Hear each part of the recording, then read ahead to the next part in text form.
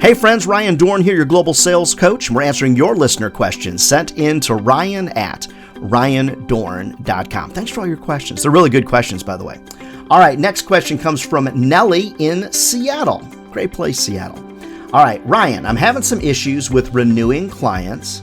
This year, for some reason, they're wanting to spend less than they did last year. Any help is appreciated. Well, Nelly, it really kind of depends upon the business that you're in. As a lot of you know, I spend a lot of time in digital media, print media, selling advertising. So, Nelly, I imagine that you're one of those people that we've talked about media sales, but not always, just kind of depends. Here's what typically happens. If you've got two people in a marketplace, this person is going to come in with a bit of a lower spend.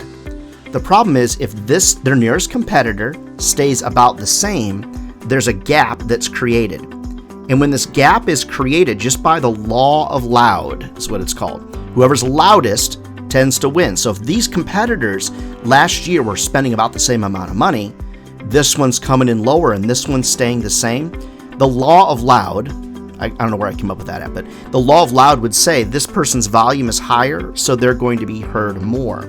So I always just kind of want to point that out. Or you could say, make sure you're always appreciative for whatever they're going to spend. You could say, hey, so I really appreciate that you're going to spend $30,000 with us. I know that's down from 50, but I want you to know I'm really appreciative of that 30 grand. It's important, though, for me to share with you that there's a lot of other companies out there like you that are evaluating some of our newer products.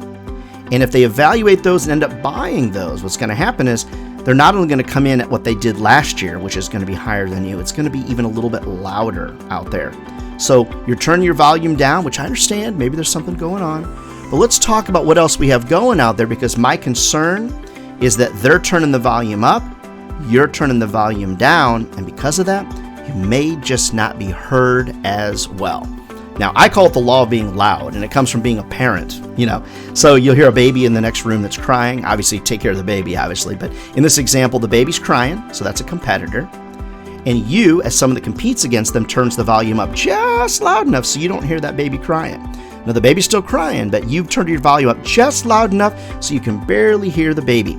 When you think about advertising, when you think about competition that's out there, you can either play the same competitive game, you can play below, or you can play above.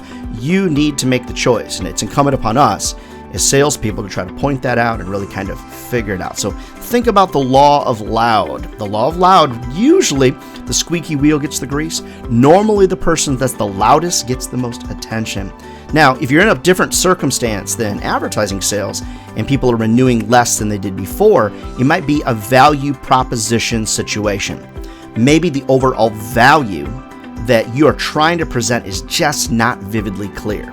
So focus in on that value proposition, or maybe you didn't do a great job retaining that customer last year. So that's something you want to look into. What did you do to keep them really happy?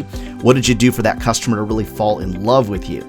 So remember, there's 3 stages in the sales process: prospecting, selling people, hosting really good meetings, and then retaining customers for a lifetime. If that third piece, if you've kind of missed that, that could have a little bit of impact on renewals as well. Great question. I think we kind of went all over the place with that one. But hey, I hope that's helpful advice to you. I love sales if you can't tell. I love the marketing business, and I want you to fall in love with it too. Don't forget, friends, if sales was easy, everybody would be doing it. And they're not. We're not crazy. We found careers that'll feed our families for a lifetime. Hey, find out more about what I can do to help you and your team over at ryandohrn.com. We'll see you next week.